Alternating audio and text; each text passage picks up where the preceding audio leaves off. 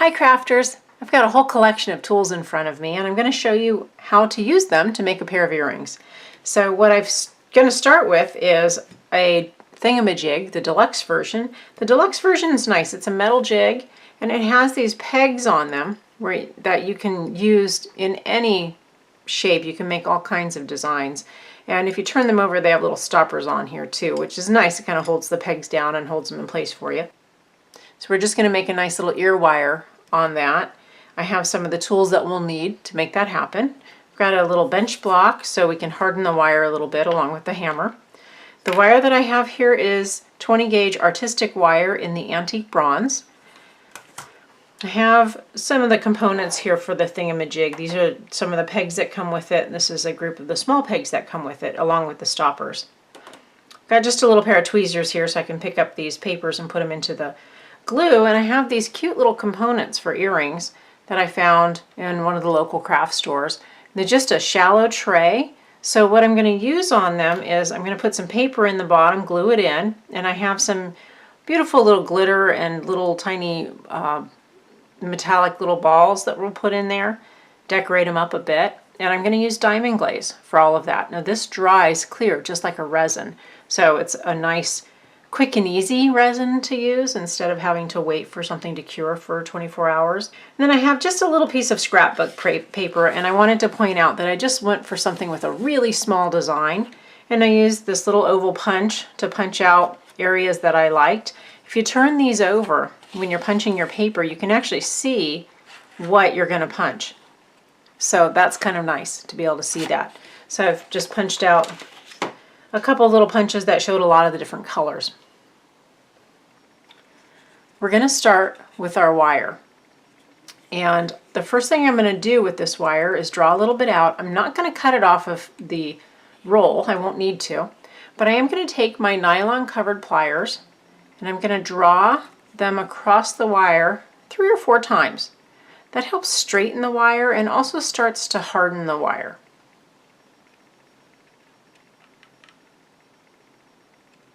And I draw with a little bit of pressure here. I really want to get those going in the right direction. Now the next thing I want to do is I'm going to take the little crystal that I'm going to have on the ear wire and actually put it on now. Because once I start bending the wire, I don't want to have to unbend it to put this on. So now that I've got my crystal on here already, I'm going to just make a loop at the end of my wire. So for that I'm going to use these pliers and I'm going to make the loop a little on the large side. I want that loop large because I want it to come and fit on this peg on my board. So what I'm going to do now is take my wire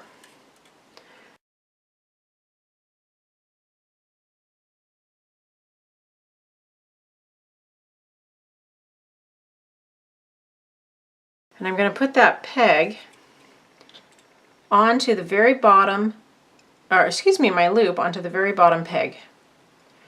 And because I have enough space between this peg and the large peg, my crystal can just sit there. It's not going to be in the way at all.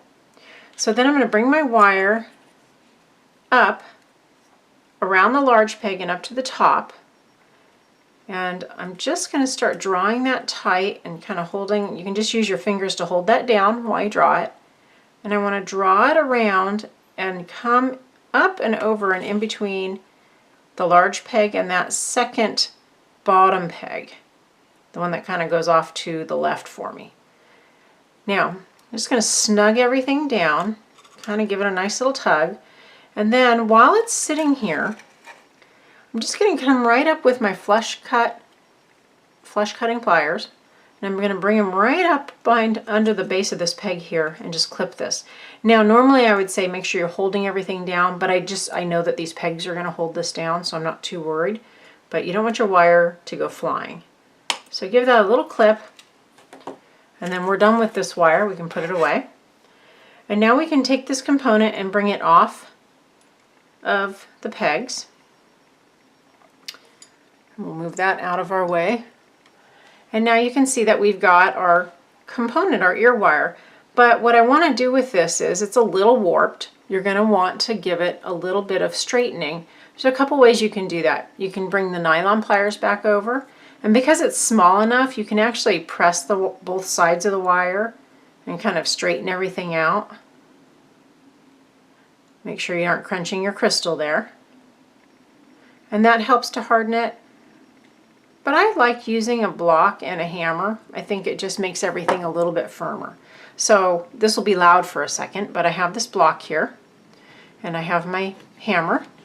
And I'm just going to take that crystal and leave it hanging off the end. And I'm just going to give that a little bit of a pound, and I'm sorry, I know it's loud.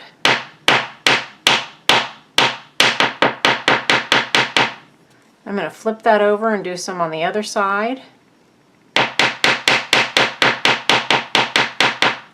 And then I'm going to bring that crystal up and let it fall here into the loop, the part that goes over, so that I can actually hammer this side as well. And I'm just going to hold that nice and flat there. And I'll flip it over and do a little bit more. I might overdo it, but these are for earrings. We don't want them bending. Okay. Now this is just about ready, but the last thing I'm going to do is, obviously this end would be going through our ear piercing, so I want to make sure that this isn't rough at all. So I have a wire reamer, and this little end on the inside of that little cup is kind of a rasp, a metal file. So you just put that on the end of your wire and just rotate it back and forth, and it doesn't take a whole lot of effort. You can either spin it in your hand or not, and you can kind of come around to all the angles. And when you've done that a little bit, just come back and check, and if it feels like it needs a little bit more, you just do a little bit more.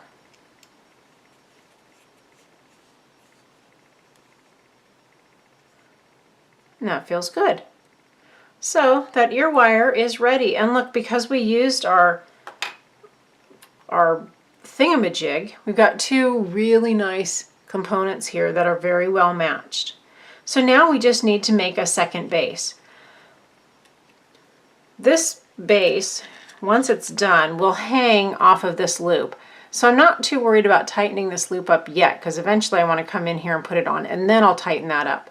So what I need to do though is make this little component, this little piece, a little prettier. It's just a base, it's an empty base. So I'm going to take that diamond glaze. This dries really clear, it's great stuff. So I'm going to take a little bit of it, and I have these fantastic tweezers. I'll put a link below. I think it's EK Tools. But you press on them and they open. And I'm just going to use that to hold this little component for a minute. And I'm going to take this diamond glaze and just let a little puddle of it get into this base. And I want enough to work at. I want to dip my paper around in it and make sure it's really going to stay down. So make sure you get a little bit in there. You want to do your best too. I get the occasional bubble. You want to make sure that you get rid of any bubbles to the best of your ability. Now, I had a little glue on there, so I just stuck them on the glue, but I'm just going to have that little piece of paper, and I'm just going to lift this into my hand because I want to hold it solid for a minute. I can take the paper and just kind of mush it around in that glue and get it nice and kind of started in there. I don't want any little air bubbles beneath the paper, so I definitely want to make sure it gets in, that it starts to get some of that on the top, and then we're going to pour a little more glue on top. But I just want to make sure it's all down good. Okay. Paper's in, the glue's on it, it looks like it's centered well, and I'm just going to put a little more of that glue on top and kind of puddle it up.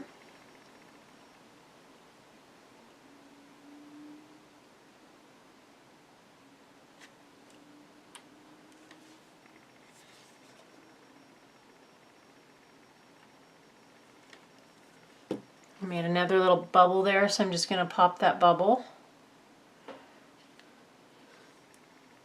And now that I've got that glue in here, I'm also going to take a minute to put some of these little bits inside the glue as well. Now, ultimately, once these dry, I'll probably put a second layer of glue on top, just to make sure everything's nicely sealed and it domes just a little bit. It just makes a prettier component. Now these tweezers come in really handy because these little tiny bottles that I got, and I will look this up and see if I can put a link below for you, because I bought this set that had about 50 of these little tiny glass bottles filled with all kinds of little tiny things to put into resin or nail art, anything. So I'll see if I can get a link, so check for that below. Okay, so I'm just going to dribble some of this glitter in. Kind of spread it around a little bit.